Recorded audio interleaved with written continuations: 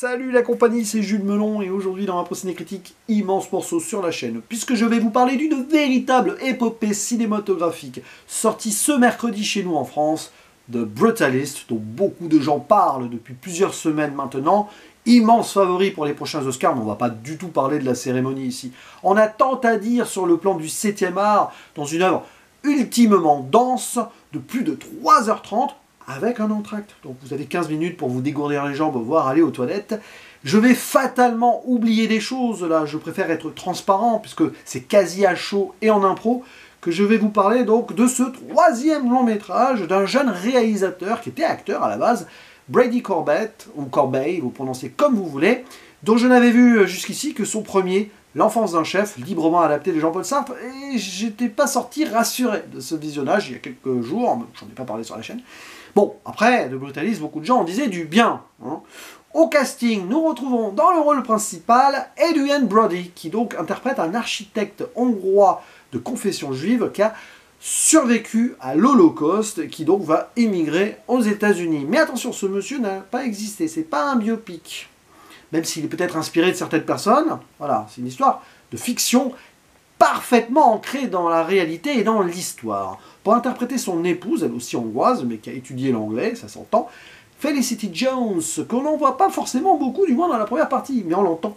Le monsieur méchant du film, l'antagoniste, on va le dire, une sorte d'industriel capitaliste absolu, qui va, en tant qu'industriel d'ailleurs, engager l'architecte pour une construction folle, et joué par Guy Pearce, voilà, son fils interprété par Joe Alwyn. On peut citer aussi Rafe Cassidy qui interprète la nièce de notre personnage principal, Zofia.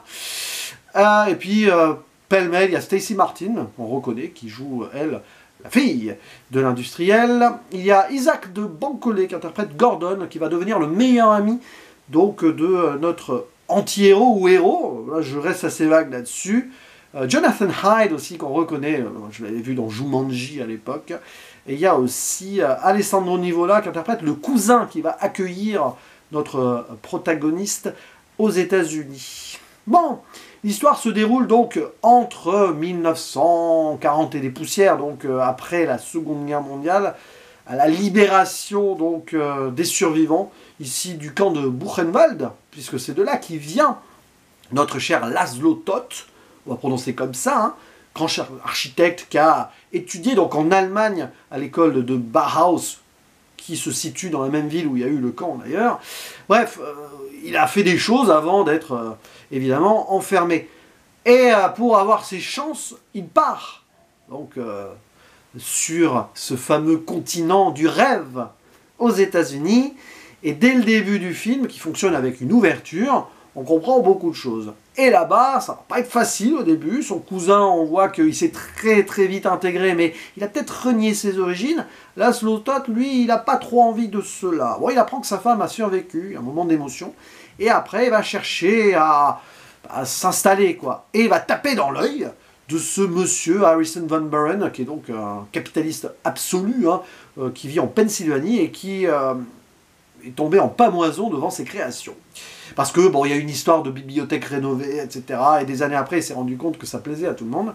Et donc, ce monsieur, pour faire simple, va commander à cet architecte, brutaliste, donc c'est le style d'architecture hein, qui donne le nom au métrage, une sorte, pas de mausolée, mais on n'est pas loin, enfin, d'endroit communautaire qui va être en hommage à sa mère décédée, à ce monsieur très riche. Mais évidemment, cette construction ne va pas être évidente. Entre-temps, sa femme et sa nièce arrive enfin aux États-Unis avec un décalage, donc reconstruction de la famille, et il va y avoir forcément une sorte de dilemme pour Laszlo Toth entre conserver voilà, ses idéaux, se donner corps et âme à son art, gérer ou pas ses traumas, je reste vague pour l'instant, il y aura une zone spoiler à un moment, et reconstruire cette famille ou s'intégrer, devenir pleinement américain à l'image de son cousin. Difficile, très difficile. Et donc l'œuvre fonctionne sur plusieurs années, ainsi, hein, fin années 40 jusqu'en 1980 sur l'épilogue, et c'est chapitré. Je crois que ces deux précédents l'étaient aussi. Alors le premier c'est sûr, je l'ai vu, mais le deuxième également. Une ouverture, première partie, l'énigme de l'arrivée, et la deuxième partie qui en VO s'intitule The Hardcore of Beauty, avant un épilogue, sur lequel il y aura beaucoup de choses à dire, parce que la fin, voilà.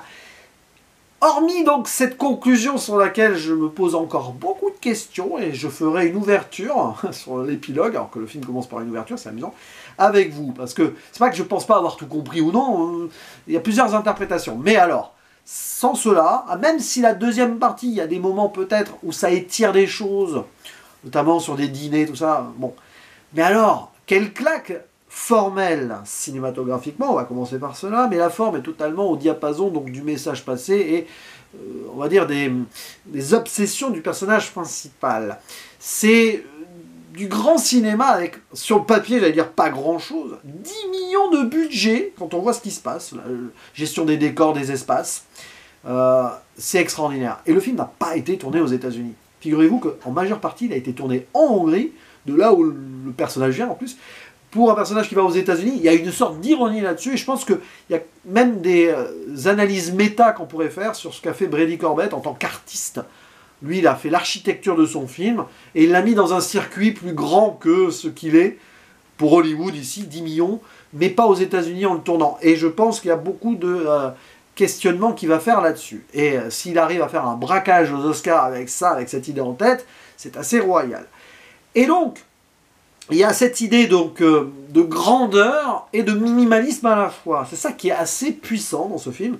Quand je disais épopée épique, oui, façon Le Parrain, Il était une fois en Amérique, on peut y voir des inspirations, il y en a. Mais ce qui est très fort, c'est qu'on joue sur des fausses grandeurs, sur quelque chose à la fois impactant et imposant, mais dans une forme de minimalisme qui renvoie à une forme d'intime. C'est ça le brutalisme en fait. Vous avez donc des grands immeubles et tout, mais sans fioriture, c'est-à-dire que ça paraît froid et voilà, faut que ce soit compact, quoi. Et le film, il l'est tout en étant dense et donc avec cette idée de grandeur étirée. Je comprends pourquoi il a voulu faire 3h30 aussi, en racontant beaucoup de choses et en déroulant ses idées. Mais après, c'est vrai que vous ne voyez pas le temps passer, pourtant, à un certain moment, c'est assez âpre, c'est assez frustre même, je dirais. Par contre, la construction psychologique de ce personnage principal, tout ce qu'il va faire, tout ce qu'il va subir, ses relations voilà, diverses et variées, moi je trouve ça très fort. C'est tellement fort qu'à un moment, le film monte, nous fait contempler des choses et qu'on va forcément voir grandir en nous aussi une certaine frustration de certains non-dits ou de certaines choses qui sont balayées sous le tapis ou qui sont volontairement, parce qu'on le sent, Brady Corbet, laissées en suspens. Et sans faire de spoiler pour l'instant, et sans parler non plus en détail de comment se termine son premier film, j'y vois ici la même frustration arriver au bout de l'enfance d'un chef. Si vous connaissez les écrits de Sartre, voilà, cette idée de la construction d'un monstre qui va basculer dans le fascisme, voilà, avec une fin qui était brutale et qui retournait le truc. Là, c'est quasi pareil, sauf que carrément, Brady Corbet, il décide de retourner la situation dès le début. L'ouverture, en fait, dit quasiment tout de ce qui va se passer après. Et après, vous pouvez replier donc, ce début avec l'épilogue. Presque. De toute façon, le premier plan et le dernier plan sont les mêmes, quasi. Ça s'ouvre sur la nièce. Alors, pas un spoil de dire que le film s'ouvre là-dessus. Donc la jeune nièce mutique et tout, qui est interrogée, face à cette fenêtre avec une croix derrière. Bon, l'idée de la croyance, ok, bon, la croix, ok, ça va revenir après. Et après, on bascule sur Laszlo Toth, qui donc, bousculé dans un endroit sombre, là on ne sait pas à ce moment-là s'il est libéré ou si c'est encore des images dans le camp. Et en parallèle, vous avez l'écriture, enfin la lecture pardon, d'une lettre, la voix off de sa femme. Et d'ailleurs, dans toute la première partie, on n'entendra que la voix off des messages épistolaires. Et c'est brillant parce qu'il y a ça, ce bousculement et tout. Et en fait, il y a comme une force d'ellipse involontaire. On croit qu'il sort du camp, mais en fait, il sort de la cale d'un bateau, il arrive à New York. Et donc ce plan très connu, parce qu'il est montré dans la bande-annonce, sur des affiches, de la Statue de la Liberté qui apparaît à l'envers et qui retourne comme ça, mais qui va jamais être montré à l'endroit. Directement pour nous montrer que son rêve américain, il va être légèrement bancal, voire corrompu. Il n'y a aucun mystère sur ça. On sait qu'on va suivre la difficile intégration d'un homme qui va tutoyer ce rêve-là, parce qu'il va monter les échelons. Il y a une sorte de rise, hein. Il y a un fall autre, mais le rise, c'est qu'il va rencontrer cet industriel qui va l'exploiter d'une certaine façon. Il va exploiter son talent, même si techniquement il est payé. Hein. Au début, il n'était pas payé quand il a rénové la bibliothèque. Voilà, le fils dégage et il ne paye pas Todd et son assistant Gordon. Ça met la puce à l'oreille, comme quoi l'exploitation n'est jamais loin avec le capitalisme. Mais donc cette idée qu'il va réussir à réaliser donc un magnifique bâtiment sur le sol américain, en Pennsylvanie, à Philadelphie. Le choix n'est pas, enfin Philadelphie, pas loin de Philadelphie, mais en Pennsylvanie. Philadelphie étant la première capitale des États-Unis, la Pennsylvanie étant nommée de Land of Decision, l'ultra-capitalisme industriel, c'est un peu son berceau ici. Et ce qui est intéressant, c'est qu'on voit des images d'archives, que ce soit de construction à la fin de la première partie, mais au début aussi, un petit documentaire très propagande capitaliste de l'époque. C'est brillant, ça, d'intégrer ces idées. Il y a aussi beaucoup de plans sur les routes, sur les bus, sur les trains. Les trains, ça, c'est terrible. J'y reviendrai sur la zone spoiler, évidemment. Vous comprenez un peu l'idée aussi, mais même aux États-Unis. Hein. Et donc, Laszlo Toth, voilà, fait ce qu'il a à faire, et c'est, voilà, il peut faire des trucs. Sauf que, malheureusement, cet industriel-là, il a beau aimer son travail, il va avoir des exigences, et le fils aussi, qui fait que, pour faire simple pour l'instant, Laszlo Toth ne va jamais pouvoir être toléré.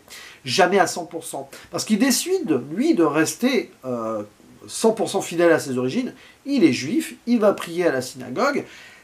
Contrairement à son cousin, qui a changé son nom, qui est devenu plus ou moins catholique avec la femme, il y a une histoire d'ailleurs qui fait qu'il y a une rupture avec le cousin dès le début, on comprend pourquoi. Mais Laszlo Toth, lui, il a envie de s'intégrer, il n'a pas envie d'oublier aussi qui il est, ni les opprimés comme lui. Il va faire un ami avec un Afro-Américain, joué par Isaac de Bancolé, très passionnant, ça dit beaucoup de choses. Les immigrés ensemble qui vont y croire ensemble, et peut-être se retrouver après sur le terrain du rêve et du paradis. Cette idée de construction, on les voit comme des fourmis et tout, à un moment sur un échafaud, enfin une sorte de grue et tout, passionnant ça. Mais quand bien même derrière, ça tourne quoi. Et on voit que ça ne pourra jamais être au top, parce que le capitalisme, ici, utilise l'art à son avantage, et l'artiste derrière est englobé dans ce système et dans cette machine. Il est broyé. Laszlo Toth se fait broyer. Et c'est un peu l'histoire de ce destin-là. Il est survivant de l'Holocauste, il a vécu le pire, il en est sorti, mais son destin le ramène quand même quelque part vers une autre forme d'exploitation. Et on fait évidemment ici des liens entre le capitalisme, le nazisme, enfin...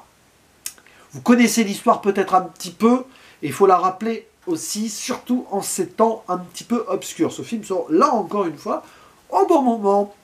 Et donc après, la BO aussi, on peut en parler, mais peu importe, on va pas rentrer dans des détails. Il y a des thèmes extraordinaires de Daniel Baumberg dès le début, la première scène évidemment avec la Statue de la Liberté retournée, vous allez avoir des thèmes. Ça c'est peut-être l'une des meilleures BO des films nommés aux Oscars en tout cas.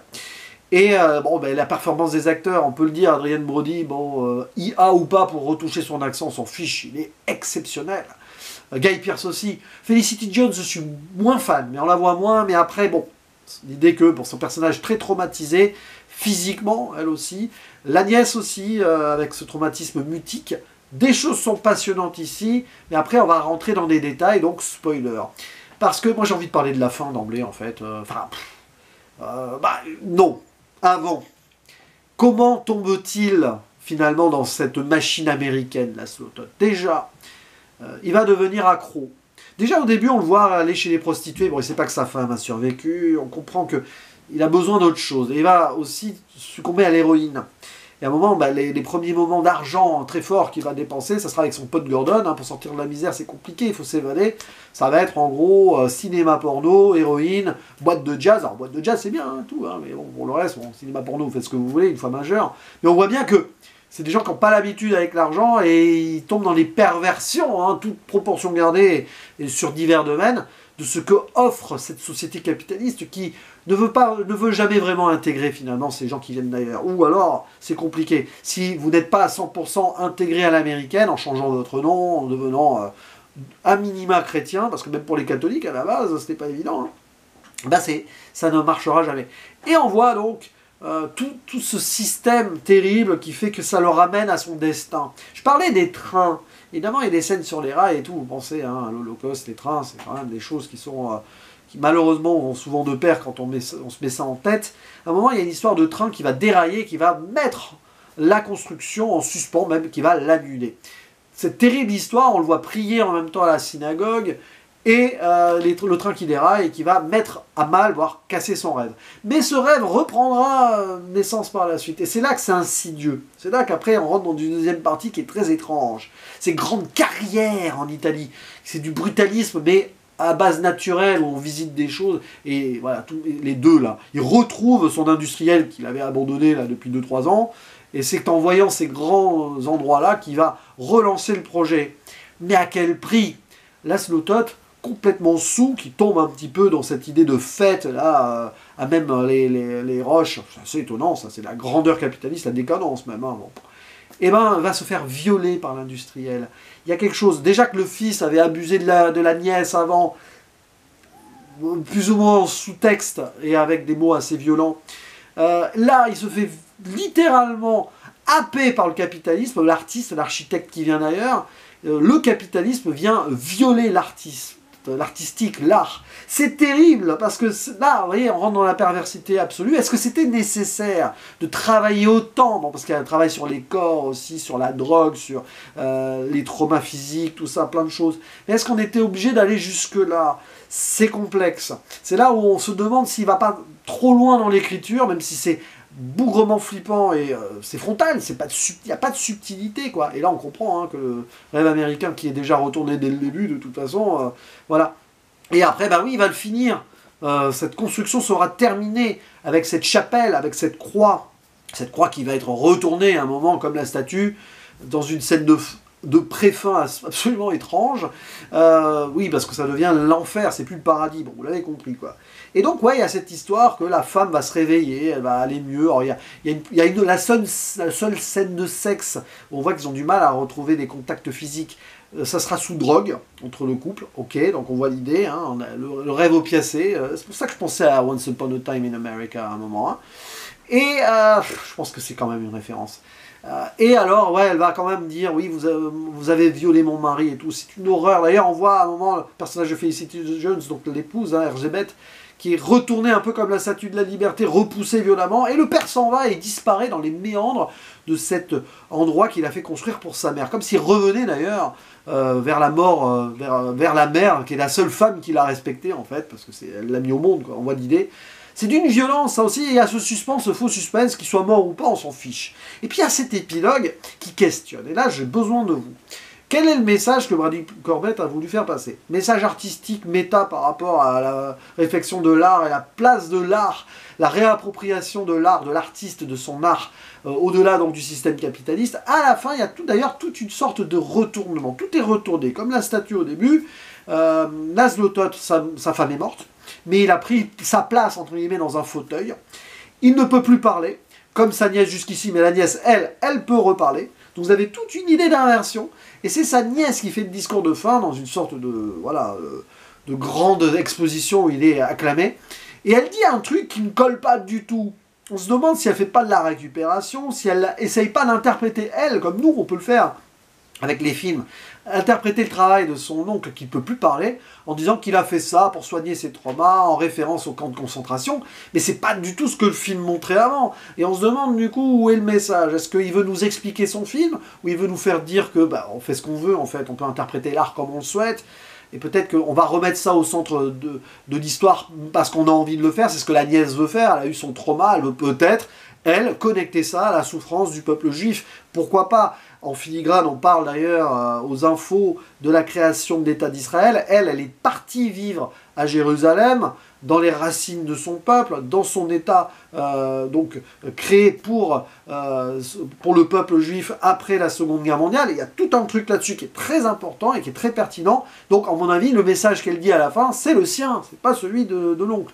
Vous me direz ce que vous en pensez, mais rien que le truc, c'est pas le voyage qui compte, c'est la destination, c'est exactement l'inverse qu'on aurait tendance à dire. Pourtant, pendant le film, nous on a vu le voyage, il a été pénible. Fin très étrange, et on revient à elle, mutique, sur la conclusion. Je pense qu'en fait, techniquement, on arrive sur son point de vue final. Bon, c'est passionnant, mais c'est... Voilà, je me demande si c'est pas de trop.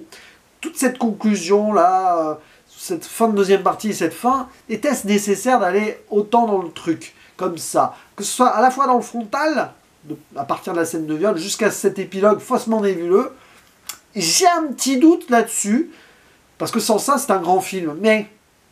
je ferme la zone spoiler. Bon, allez, j'étais hyper pêle-mêle, mais plus que d'habitude, en même temps 3 heures de film, plus de 3 heures de film, comme ça à chaud, bah, De Brutalis c'est une claque, sur plein de points, sur l'aspect, le fond et la forme unis, pour montrer comment la création artistique est bouffée par le capitalisme, comment quelqu'un n'arrive pas à s'intégrer, comment il arrive à espérer ou pas, ou non, comment il est détruit physiquement et psychologiquement, parce qu'on travaille les corps dans le film aussi, sur plein de points.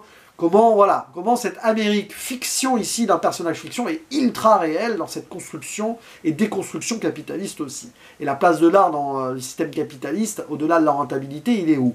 Et là, on est dans le brutalisme. C'est-à-dire que c'est un art qui va dans la rentabilité, hein, la fonctionnalité absolue, mais c'est un art extraordinaire qui peut-être dit des choses, qui est pesant, qui dit quelque chose sur le passé, mais qui est là pour toujours, dans l'éternité. Est-ce que ce film veut s'inscrire dans une certaine éternité de cinéma? Peut-être. Même si j'ai des bémols ou des questionnements plutôt sur la finalité, je vous renvoie à la zone spoiler, il n'empêche que c'est quand même un grand moment de bravoure cinématographique qui va rester dans cette année 2025. Je ne sais où trop le placer pour l'instant, mais peu importe. Hein. L'important, c'est surtout l'expérience cinéma. Peut-être pas la destination et donc la vie qu'on en a derrière. Je vous laisse là-dessus par rapport à ce que j'ai dit à la fin de la zone spoiler, c'est assez amusant. N'hésitez pas à dire en commentaire ce que vous pensez vous, de cette œuvre, de ces performances, les interprétations et tout, vous pouvez les faire aussi en dessous. Je pars du principe que dans les commentaires, vous pouvez spoiler, mais précisez à la rigueur si vous voulez. En tout cas, voilà, mes vacances personnelles en tout cas commencent bien, je suis épuisé, j'en peux plus ce film. Il est épuisant, mais qu'est-ce qu'il est galvanisant? Il questionne. Voilà, il n'est pas parfait peut-être, mais justement, l'idée est là. Allez, à la prochaine, ciao!